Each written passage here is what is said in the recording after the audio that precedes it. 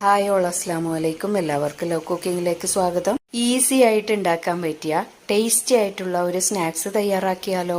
ഒരു കപ്പ് വെളുത്ത കടല കഴുകി വൃത്തിയാക്കി 6 മണിക്കൂർ മുമ്പ് വെള്ളത്തിൽ കുതിർത്ത് വെച്ചത് മിക്സിയുടെ ജാറിലേക്ക് ഇട്ട് കൊടുക്കാം. ഒരു വലിയ സവാളയും 6 പച്ചമുളകും 5-6 വെളുത്തുള്ളി അല്ലിയും 1 ടീസ്പൂൺ ചെറിയ ജീരകവും 1 കപ്പോളം മല്ലിയിലയും 1 ടീസ്പൂൺ ഉപ്പ് 1/4 ടീസ്പൂൺ ബേക്കിംഗ് സോഡയും ചെറുനാരങ്ങ നീരും ചേർത്ത് അരച്ചെടുത്തതാണിത്.